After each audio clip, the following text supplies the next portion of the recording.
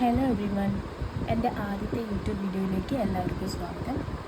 ഇന്ന് നമ്മുടെ YouTube channel the physio ട്യൂട്ടറിൽ ഡിസ്കസ് ചെയ്യാൻ പോകുന്ന topic the walking AIDS.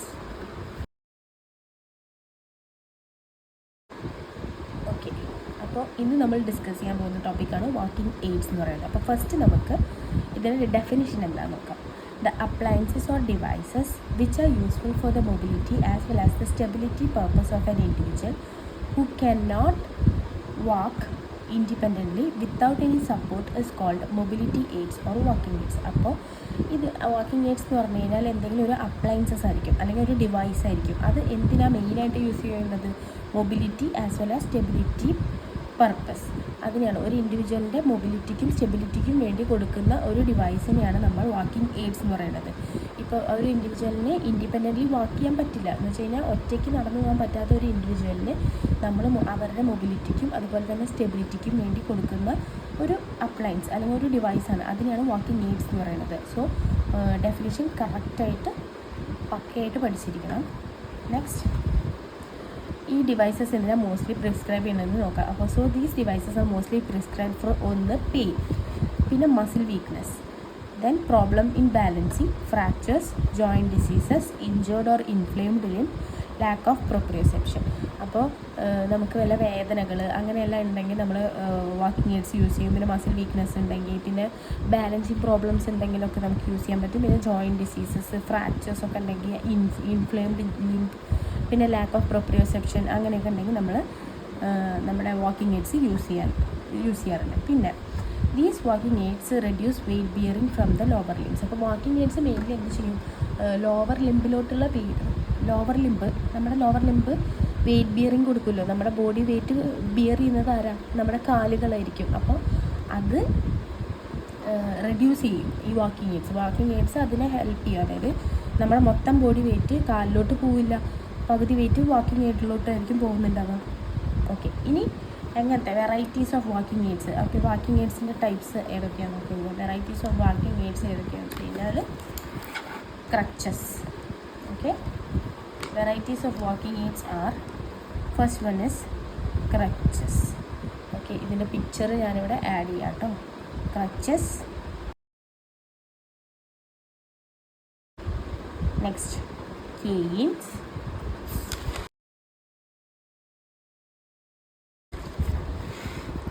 Next one is walkers,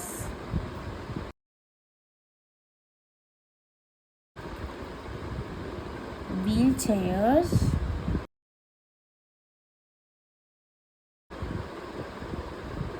braces and splints.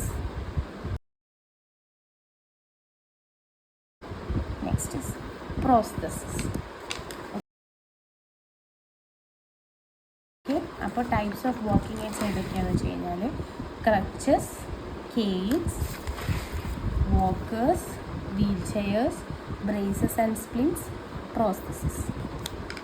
Next നമുക്ക് നോക്കാം principles of walking aids. Walking എയ്ഡ്സിൻ്റെ പ്രിൻസിപ്പിൾസ് എന്തൊക്കെയാണ്? ഓക്കെ, ഓഫ് വാക്കിംഗ് എയ്ഡ്സ് നോക്കാം. There are various walking aids which can help people with impaired ability to walk and wheelchairs for more severe disability. അപ്പോൾ കുറേ type of walking AIDS ഉണ്ട്.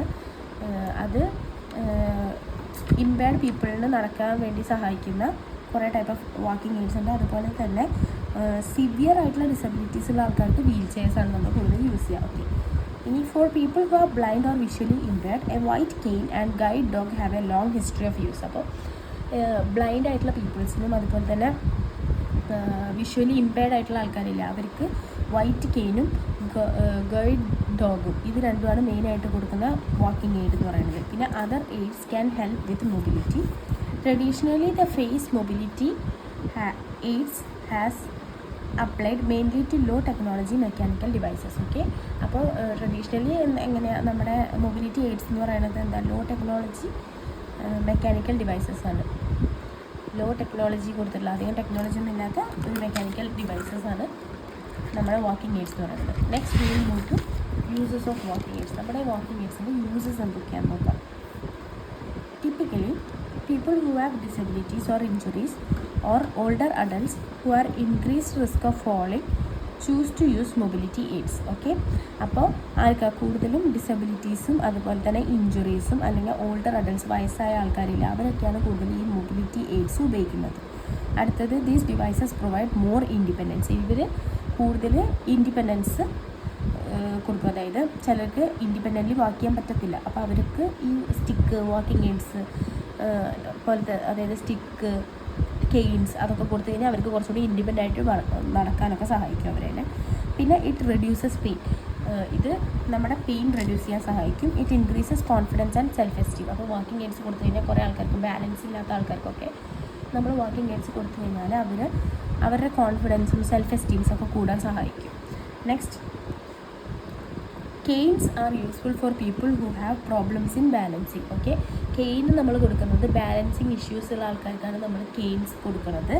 പിന്നെ crutches help to transfer weight from leg to the upper body. Okay, crutches എന്തിനാണ് ഉപയോഗിക്കുന്നത് വെച്ച് കഴിഞ്ഞാൽ കാലിൽ wait ഒട്ടും കൊടുക്കാൻ പറ്റാത്ത ആൾക്കാരുണ്ടാവില്ല, അവർക്കാണ് ക്രച്ചസ് കൊടുക്കുന്നത്. Okay, walkers are producing stability and support to the body.